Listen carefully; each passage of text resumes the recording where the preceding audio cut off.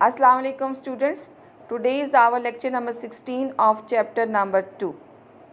और इससे पहले जो हैं वो हम बेसिक स्टेटमेंट्स को डिस्कस कर रहे थे। तो आज जो हैं वो हम इनपुट स्टेटमेंट्स को जो है वो डिस्कस करेंगे। और उसमें जो पहली स्टेटमेंट है that is read data statement.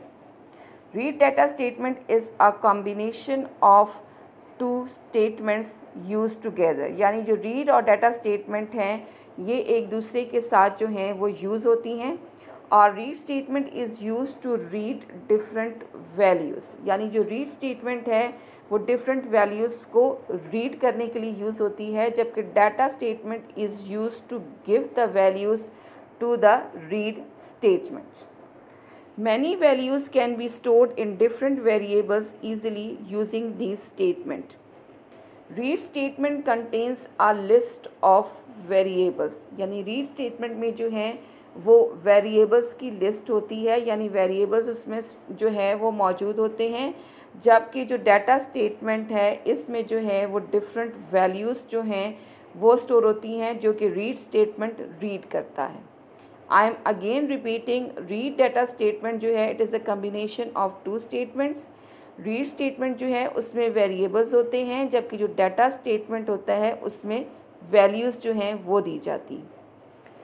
अब अगर आप देखें the first value in the list of values in data statement is assigned to the first variable in read statement. यानी जो डाटा स्टेटमेंट में पहली वैल्यू है वो रीड स्टेटमेंट के पहले वेरिएबल को असाइन होती है। The second value is assign to second variable and so on. और इसी तरीके से जो डाटा स्टेटमेंट में सेकंड वैल्यू है वो रीड स्टेटमेंट के सेकंड वेरिएबल को जो है वो असाइन होती है, और इसी तरीके से सारी वैल्यूज़ जो हैं वो वेरिएबल्स को असाइन होती हैं। An error message type mismatch error अकर, यानी कि अगर आप जो है वो वैल्यू सही नहीं देते, फॉर एग्ज़ाम्पल कि अगर आपने जो है वो string value is assign to numeric variable, यानी अगर आपने न्यूमेरिक वेरिएबल की जगह जो है वो स्ट्रिंग वैल्यू दे दी है तो फिर एक एरर मैसेज जो है वो अपीयर होगा, and that is type mismatch error. इसके अलावा जो है a message out of data, एक और मैसेज जो है वो अपीयर होता है, and that is out of data, कि अगर जो है वो वेरिएबल नेम्स जो हैं वो ज़्यादा हैं और डाटा स्टेटमेंट में जो वैल्यूज़ हैं वो कम हैं, तो इस सूरत में जो मैसेज अपीयर होगा that would be out of data. और अगर जो है रीड स्टेटमेंट में जो है वो नंबर ऑफ़ वेरिएबल्स जो हैं वो कम हैं लेकिन डाटा स्टेटमेंट में वैल्यूज़ ज़्यादा हैं, तो फिर जो एक्स्ट्रा वैल्यू है वो इग्नोर हो जाएगी। अब जो इसका सिंटेक्स है डैट इज़ रीड वेरिएबल्स, यानी रीड में जो है वो वेरिएबल्स दिए जाते हैं और डाटा में जो है वो वैल्यूज़ जो हैं वो दी जाती हैं। अब अगर आप इस एग्ज़ाम्पल को देखें तो that is 10 read x, y, $z, यानी x जो है वो एक न्यूमेरिक वेरिएबल है, y जो है वो एक न्यूमेरिक वेरिएबल है, और जो z जो है वो एक स्ट्रिंग वेरिएबल है, और इन सब को जो है वो कॉमा से सेपरेट किया हुआ है। उसके बाद लाइन नंबर 20 में जो है वो डाटा दिया हुआ है, and data is 10, 20 and comma double quotation में उस्मान। उसके बाद जो है इसी जो है इसको प्रिंट करवाया, डिस्प्ले करवाना है स्क्रीन पर, तो प्रिंट x, y, $z, और उसके बाद 40 एंड, यानी कि जो रीड स्टेटमेंट है वो जो वैल्यूज़ है डाटा में उसको जो है वो रीड करेगी और उसके बाद उसको स्क्रीन पर जो है वो प्रिंट करवा देगी। जैसे कि x को जो है वो 10 वैल्यू असाइन होगी, y को 20 वैल्यू असाइन होगी, और z को जो है वो उस्मान वैल्यू जो है वो असाइन जो है वो होगी। अब अगर आप एक और एग्ज़ाम्पल को नीचे देखें कि जिसमें जो है वो 4 जो हैं वो वेरिएबल्स जो हैं वो रीड स्टेटमेंट में दिए गए हैं, और उसके बाद जो है उनको प्लस करना है, उनका सम फाइंड आउट करना है और उनको मल्टीप्लाई करना है, और उसके बाद उनको डिवाइड करना है, और ये तीनों ऑपरेशंस परफॉर्म करने के बाद उनकी जो वैल्यू है वो स्क्रीन पर डिस्प्ले करवानी है यूजिंग रीड डाटा स्टेटमेंट।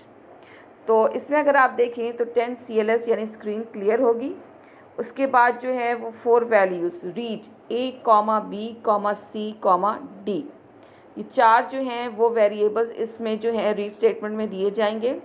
उसके बाद ये ऑपरेशंस परफॉर्म होंगे, जिसमें जो है पहला जो है वो सम का है, वेरिएबल है जिसमें इन चारों जो वैल्यूज़ हैं वो प्लस होके जो उसकी वैल्यू होगी वो सम वेरिएबल में स्टोर हो जाएगी।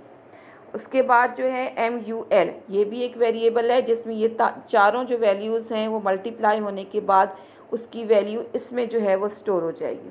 उसके बाद लाइन नंबर 50 में डिवीज़न ऑपरेशन परफॉर्म होगा, जिसमें जो है वो डिवीज़न ऑपरेशन की जो वैल्यू है वो DIV जो वेरिएबल है उसमें स्टोर हो जाएगी।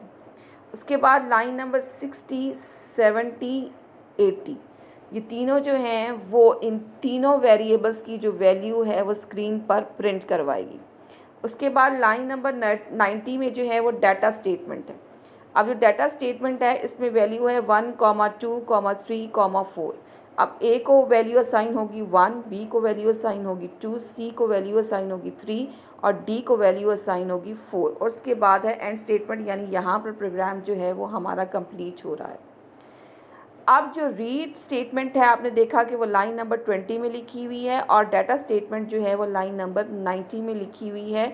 तो प्रोग्राम में कहीं भी जो है वो आप रीड और डाटा स्टेटमेंट जो है वो लिख सकते हैं, उससे उसकी एग्जीक्यूशन में जो है वो फ़र्क नहीं। तो बच्चों, इस प्रोग्राम की जो आउटपुट है कि जिसमें हमने जो है वो 4 वेरिएबल्स जो हैं वो रीड स्टेटमेंट में दिए और डाटा स्टेटमेंट में हमने उसकी 4 वैल्यूज़ दी और उसके बाद सम फाइंड आउट किया, उन वैल्यूज़ को मल्टीप्लाई किया और फिर उनको डिवाइड किया, तो उसकी आउटपुट जो स्क्रीन पर डिस्प्ले होगी that is sum is equal to 10 MUL, यानी कि जो हमने मल्टीप्लाई किया वो वेरिएबल था और उसकी वैल्यू आ गई 24 और डिवाइड करने के बाद जो हमारे पास वैल्यू आई डैट इज़ 2.5। तो ये थी इसकी आउटपुट। अब अगर आप नेक्स्ट देखें program 2.5, write a program to read 10 values specified in data statement and display the sum of these value on the screen. यानी इसमें हमें कहा गया है कि रीड डाटा स्टेटमेंट आपने यूज़ करनी है और उसके बाद सम फाइंड आउट करने के बाद उसको स्क्रीन पर डिस्प्ले करवाना है। तो इस सूरत में प्रोग्राम जो है वो सबसे पहले 10 CLS यानी स्क्रीन क्लियर होगी। उसके बाद रीड स्टेटमेंट यूज़ करते हुए 10 वेरिएबल्स जो हैं वो डिफ़ाइन करेंगे और उसके बाद सम का ऑपरेशन जो है वो परफॉर्म होगा और प्रिंट स्टेटमेंट यूज़ करते हुए स्क्रीन पर इसको डिस्प्ले करवाया जाएगा। उसके बाद डाटा स्टेटमेंट में जो है वो 10 वैल्यूज़ जो हैं वो दी गई हैं। अगर आप देखें इसमें 1, 2, 3, 4, 5, 6, 7, 8, 9, 10 और उसके बाद एंड स्टेटमेंट जो है वो यूज़ हुई है, यानी कि यहाँ पर प्रोग्राम जो है वो फिनिश हो रहा है। तो उसके बाद फिर जब आप रन कमांड यूज़ करेंगे तो ये प्रोग्राम जो है वो एग्जीक्यूट होगा और उसकी जो आउटपुट आएगी स्क्रीन पर that would be sum is equal to 55।